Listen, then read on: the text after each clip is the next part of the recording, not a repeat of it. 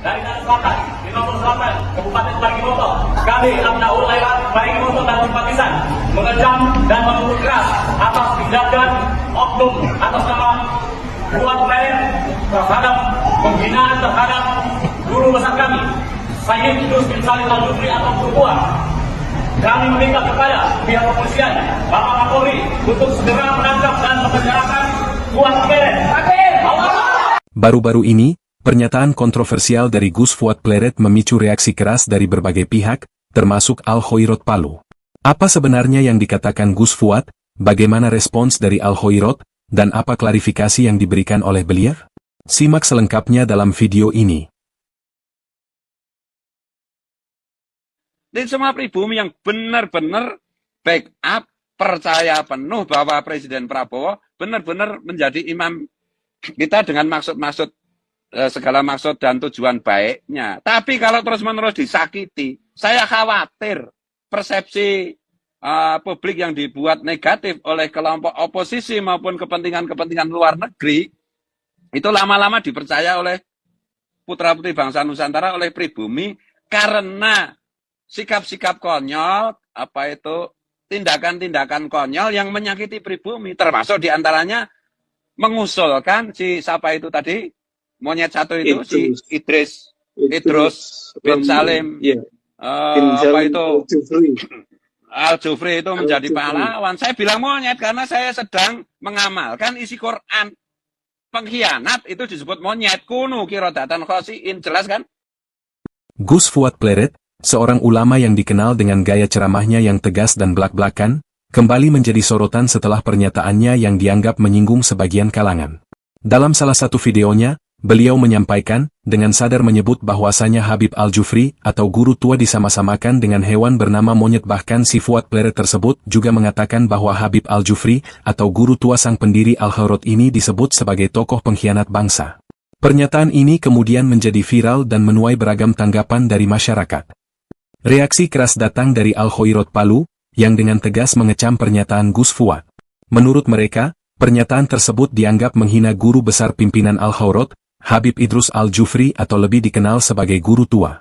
Mereka menuntut agar Gus Fuad Pleret ditangkap dan dipenjarakan karena dinilai menghina guru mereka. Al-Khoirot Palu menilai bahwa sebagai seorang ulama, Gus Fuad seharusnya lebih bijak dalam menyampaikan pendapat, terutama dalam konteks keislaman yang penuh dengan adab dan hikmah. Atas nama Fuad Pleret terhadap penghinaan terhadap guru besar kami, Sayyid Idrus bin Salim Al-Jufri atau Guru Fuad. Kami meminta kepada pihak kepolisian, Bapak Kapolri, untuk segera menangkap dan memenjarakan Fuad Pleret. Setelah menuai kontroversi, Gus Fuad akhirnya memberikan klarifikasi.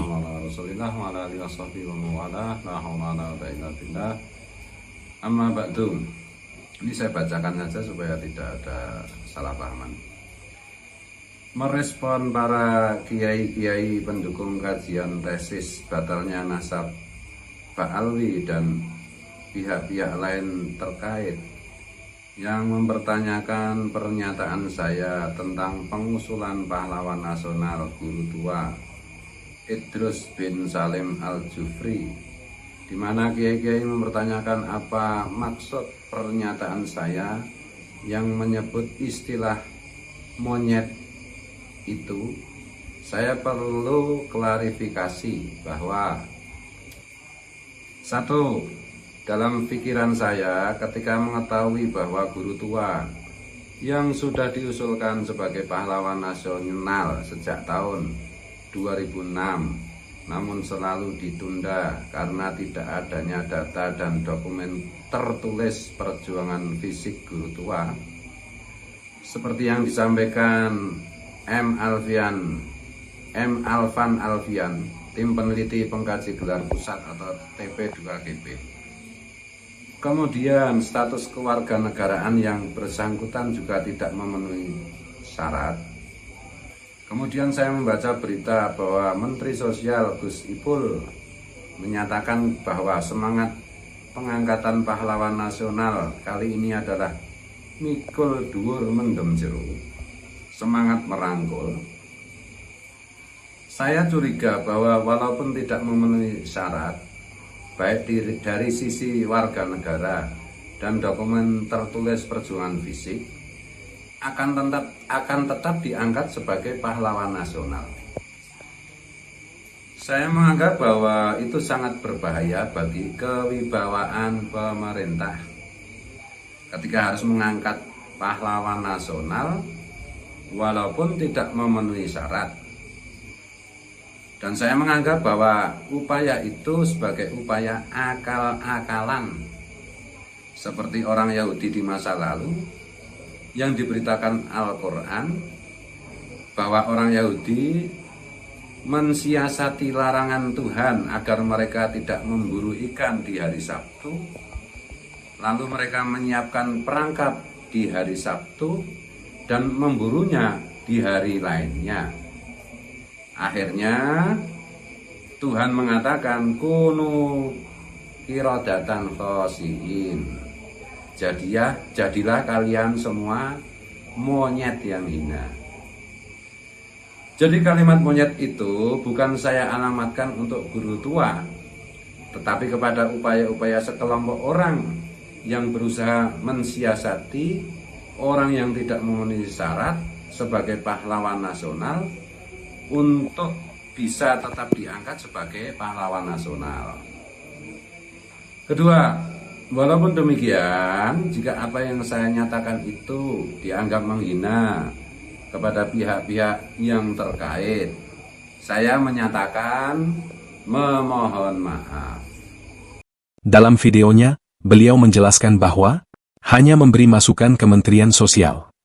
Beliau juga menegaskan bahwa maksud dari pernyataannya bukanlah untuk menyinggung siapapun, melainkan untuk memberi masukan siapa saja yang pantas diberi gelar pahlawan nasional. Kontroversi ini pun memicu berbagai tanggapan dari tokoh agama dan masyarakat. Beberapa pihak mendukung klarifikasi Gus Fuad dan menilai bahwa pernyataannya perlu dipahami dalam konteks yang lebih luas. Sementara yang lain tetap berpendapat bahwa ucapan tersebut kurang bijak dan dapat menimbulkan kesalahpahaman. Kementerian Sosial mengusulkan sebanyak 10 nama tokoh sebagai calon pahlawan nasional pada tahun 2025, salah satunya ulama masyhur Habib Said Idrus bin Salim Al-Jufri. Semasa hidupnya, Habib Idrus bin Salim Al-Jufri yang juga akrab disapa dengan sebutan guru tua telah banyak berjasa bagi kemerdekaan Indonesia. Guru tua berjuang lewat jalur pendidikan dan dakwah, yakni dengan mendirikan lembaga pendidikan Islam Al-Khawrot yang berpusat di Kota Palu, Sulawesi Tengah. Kemudian dalam perkembangannya, Al-Khawrot dikenal sebagai organisasi Islam terbesar di kawasan Indonesia Timur. Nama Al-Khawrot diambil dari beberapa hikmat ayat yang terdapat dalam Al-Quran. Secara makna harfiah, Al-Khawrot berarti kebaikan. Habib Idrus bin Salim Al-Jufri diketahui lahir di kota Taris, Hadramaut, Yaman, pada Senin, 14 Sya'ban 1319 Hijriah, atau bertepatan dengan 15 Maret 1892 Masehi. Beliau merupakan putra keempat dari 6 bersaudara. Habib Idrus lahir dari rahim seorang ibu bernama Andi Syarifah Nur binti Muhammad Al-Jufri yang lahir di Wajo, Sulawesi Selatan, berkebangsaan Indonesia, serta ayahnya Habib Salim Al-Jufri yang berkewarganegaraan Yaman. Habib Idrus atau guru tua datang ke Indonesia sebanyak 2 kali. Kedatangan pertama bersama ayah beliau di waktu kecil, dan kedatangan kedua pada tahun 1926 yang menjadi langkah perdana dalam melakukan syiar Islam di Pulau Jawa, khususnya Jakarta dan Solo.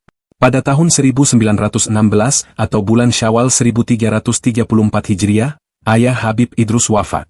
Habib Idrus kemudian menggantikan ayahandanya untuk memimpin lembaga pendidikan yang didirikan almarhum. Di tahun itu pula, Habib Idrus diangkat oleh Sultan Mansur sebagai mufti dan kadi di kota Taris, Hadramaut, untuk menggantikan posisi ayahnya. Saat itu usia guru tua baru menginjak 25 tahun. Amanat tersebut mengisyaratkan serta membuktikan bahwa Habib Idrus adalah orang yang berilmu pengetahuan luas dan berwibawa. Jabatan itu rela dilepasnya setelah memutuskan memilih jalan menentang imperialisme Inggris. Sikap itu pula yang lalu membawanya datang untuk kedua kali ke Indonesia. Sosok Habib Idrus bin Salim Al-Jufri sangat dihormati karena jasa-jasanya untuk Indonesia. Di antara tanda kehormatan kepada beliau, pada tahun 2014, nama Habib Idrus bin Salim Al-Jufri diabadikan sebagai nama baru Bandara Kota Palu, Sulawesi Tengah. Kemudian, masyarakat Kota Palu, khususnya suku Kaili, Wali Kota Palu, dan Gubernur Sulawesi Tengah menginisiasi untuk mengangkat Habib Idrus bin Salim Al-Jufri sebagai pahlawan nasional. Setiap peristiwa selalu memberikan pelajaran. Dari kontroversi ini, kita belajar bahwa sebagai seorang pendakwah, setiap ucapan harus disampaikan dengan kebijaksanaan agar tidak menimbulkan polemik yang tidak perlu. Bagaimana menurut Anda? Apakah pernyataan Gus Fuad memang pantas menuai kecaman, atau justru harus dipahami dengan lebih mendalam? Tulis pendapat Anda di kolom komentar. Jangan lupa like, share, dan subscribe untuk pembahasan menarik lainnya.